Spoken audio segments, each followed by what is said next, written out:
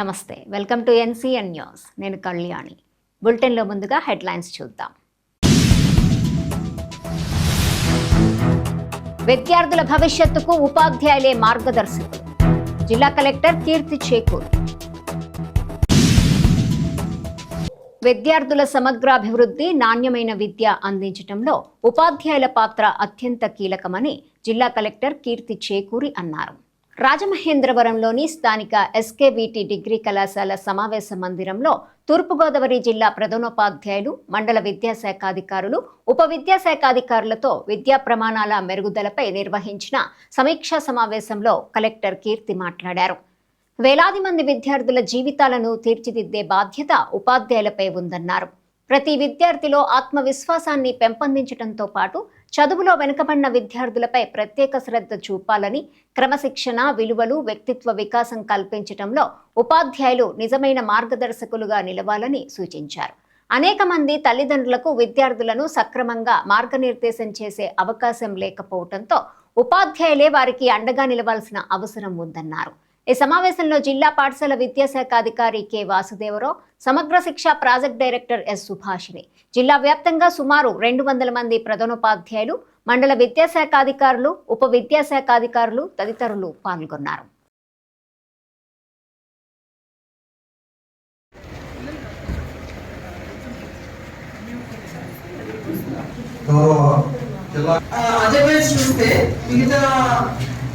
నా వరకు అయితే నేను ఒక సెల్ఫ్ మోటివేటెడ్ గా నేను చదువుకున్నాను కాబట్టి మిగతా ఆస్పెక్ట్ నా పర్సనల్ పక్కన పెడితే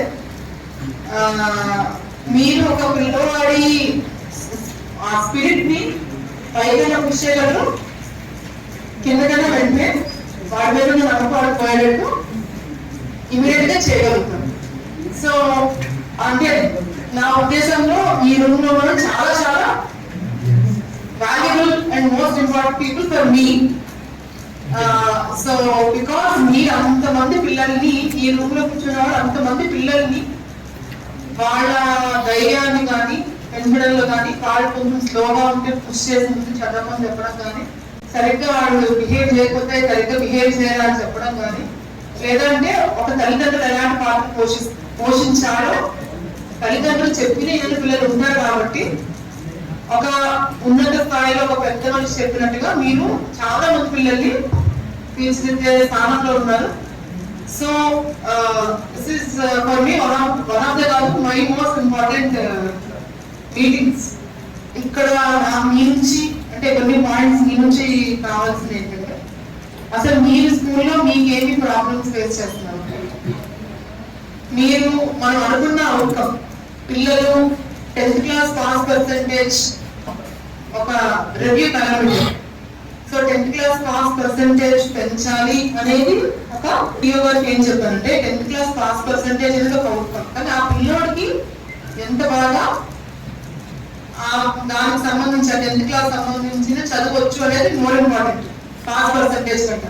ఒకళ్ళు లిబరల్ గా కరెక్ట్ చేస్తారు, ఒకళ్ళు కష్టపడి కరెక్ట్ చేస్తారు, ఒక ఇన్విజిలేషన్ స్క్రిప్ట్ ఉంటుంది, ఒక ఇన్విజిలేషన్ లీడ్ ఉంటుంది. ఇది కరెక్ట్ పారామీటర్ కాదు. మనం వన్ ఆఫ్ ది పారామీటర్స్ మనం చేయాల్సింది మీరు మీ పిల్లలకి దీనికి తగ్గట్టు వాటి 10th క్లాస్ అయితే 9th అయితే 8th అయితే లెర్నింగ్ అవుట్కమ్స్ ఉన్నాయో అది మీరు ఎలా ప్లాన్ చేస్తున్నారు మీ పిల్లలకి, అక్కడ మీకున్న ఛాలెంజెస్ ఏంటి, మీరు దాన్ని ఎలా అధిగమించడానికి ట్రై చేస్తున్నారు, అది నేను మీ నుంచి కొన్ని ఇన్పుట్స్ తీసుకోవాలనుకున్నాను. సంబంధించిన పరిధిలో ఉన్నాయి కాబట్టి సో 6th నుంచి 10th వరకు ఉన్న పిల్లల్లో 6th వచ్చినప్పుడే ఒక లెర్నింగ్ అవుట్కమ్ సమానంగా లేకుండా వస్తారు. 6th వచ్చినప్పుడే బేసిక్ వీక్ తో వస్తారు మీ దగ్గరికి చాలా మంది పిల్లలు. సో ఆ వీక్ గా వచ్చిన పిల్లలకి మీరు ఎలా హ్యాండిల్ చేస్తున్నారు, ఎలా చేస్తే బాగుంటుంది. మీరు చాలా మంది మీలో నాకు తెలిసి బాగా పిల్లల యొక్క అవుట్కమ్ వర్క్ చేసి ఉంటారు. So you please share your inputs.